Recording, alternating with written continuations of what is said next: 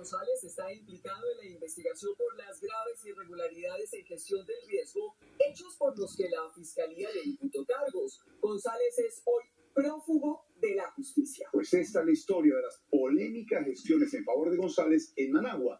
En su cuenta de X, el presidente Petro dijo que se solicitará al régimen de Ortega que le entregue a la justicia de Colombia a Carlos Ramón González, si es residente en ese país.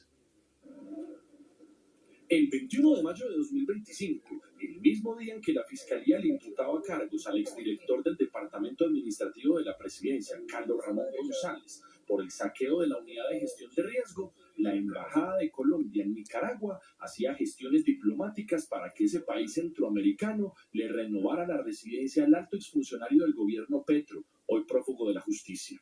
Así queda en evidencia en estos documentos oficiales de la Embajada de Colombia en Managua, que desde hace 24 horas desataron un escándalo nacional. Allí se lee, por ejemplo, lo siguiente.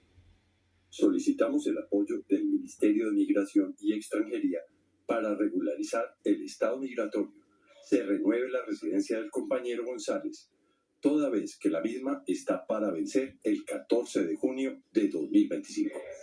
El exdirector del DAPRI había llegado a ese país en noviembre de 2024, cuando los coletazos judiciales del expediente de la Unidad para la Gestión de Riesgo ya empezaban a tocarlo y su nombre rondaba en las confesiones de los testigos del caso como el gran articulador de la estrategia de la Casa de Nariño para comprar a algunos parlamentarios a fin de que los proyectos del Ejecutivo tuvieran un tránsito exitoso en el Parlamento.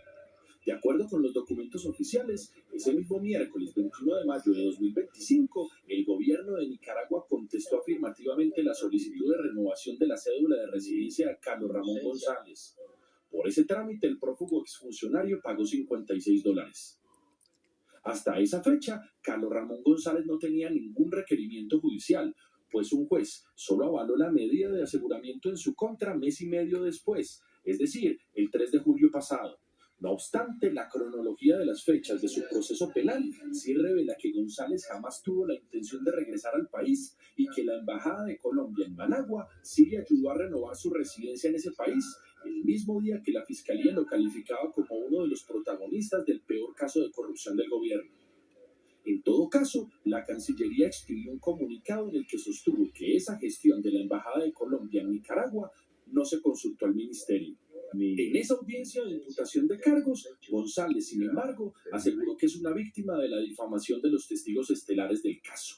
Ratificar mi inocencia frente a estos hechos y la terrible injusticia que se está cometiendo contra mí, en este caso, de la cual hoy pues soy víctima. Noticias Caracol buscó al abogado de González, el penalista Iván Cancino, pero no quiso dar declaraciones. Andrés Hernández, director de Transparencia por Colombia, señaló lo siguiente. Aunque el presidente Petro haya manifestado que su gobierno no ha solicitado privilegios para Carlos Ramón González en Nicaragua, los hechos parecieran indicar lo contrario. Resulta difícil de creer que las acciones de la Embajada de Colombia en ese país para intermediar por la residencia de González no haya contado con orden del alto gobierno. Cualquier obstrucción a la justicia en el caso de la Unidad de Gestión de Riesgos debe ser investigada. Este episodio muestra una vez más el bajo compromiso y responsabilidad del gobierno en la lucha contra la corrupción y pareciera mostrar que la diplomacia está siendo usada a favor de intereses particulares. En un trío publicado en su cuenta de X, hoy el presidente Petro manifestó que se solicitará al gobierno de Nicaragua que le entregue a la justicia de Colombia a Carlos Ramón González. Yo quiero empezar retomando un poco, quiero irme a septiembre del año 2024, entiendo que cuando Carlos Ramón González pues ya sale del gobierno e intenta ingresar a Nicaragua, en ese momento no le permiten el ingreso al país y usted pues hace las gestiones consulares correspondientes para que él pueda ingresar. A ver, hay varias situaciones. Él pues termina su periodo como en el DAPRE, luego pasa al Departamento Nacional de Inteligencia. Y estando allí, pues me dice que quería ir a Nicaragua. Le digo, pues perfecto, bienvenido a Nicaragua. Y en esa primera instancia, por la condición de haber sido exfuncionario del Departamento Nacional de Inteligencia, pues no le permiten la entrada. Y ya en la segunda instancia pues me dice, yo mando una nota verbal, que es lo que me corresponde a mí como en mis funciones.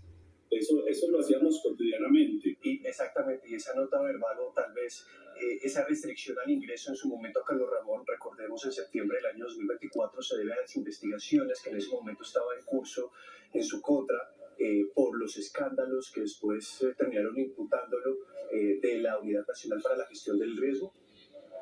Tengo entendido que no, lo que me dice allá que era por su condición de exfuncionario del Departamento Nacional de Inteligencia, porque incluso en ese momento él apenas estaba mencionado, en ese momento no tenía ninguna restricción de salir del país, ni siquiera lo habían pues llamado, en ese momento no estaba ni judicializado, ni imputado, simplemente lo habían mencionado en este escándalo de la Unidad de Riesgo. Él tranquilamente se movía por el mundo sin problemas. Usted lo que pidió en ese primer trámite fue una reevaluación de la decisión de ingreso de Carlos Ramón.